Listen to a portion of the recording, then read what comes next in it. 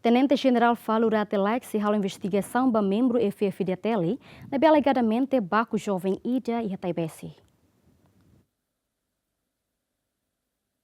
Ter informação nebe viral em mídia social, desentendimento nem acontece e a área TVC, nebe alegadamente envolve membro FFDTL Ida, a moto com jovem Ciracelo, calo agressão física a sua vítima, Paulino Torretan Cane, que a parte matam foco.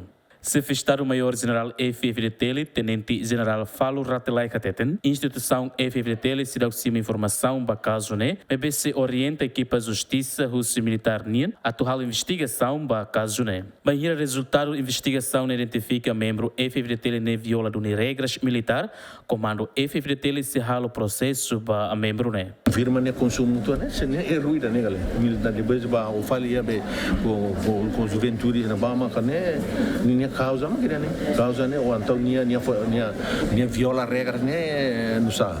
Saída mahalun, causa principal. Ida belano né, nemos a minha regra ida né que ela belelano. Depois ida baku nemos regra ida né que ela bele baku. Lá regra civil, mas militar mas ini regra, ini regulamento, ini disciplina né ia.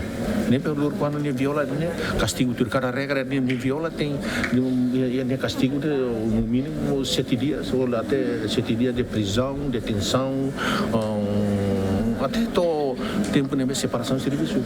Hau até te dana hau sidau na medida em que o processo ida né ora mais agora ita serviço sistema ida né galera. O crime né tudo crime né a ame né criminaliza né crime civil né a ame no mínimo ame halu medidas administrativas.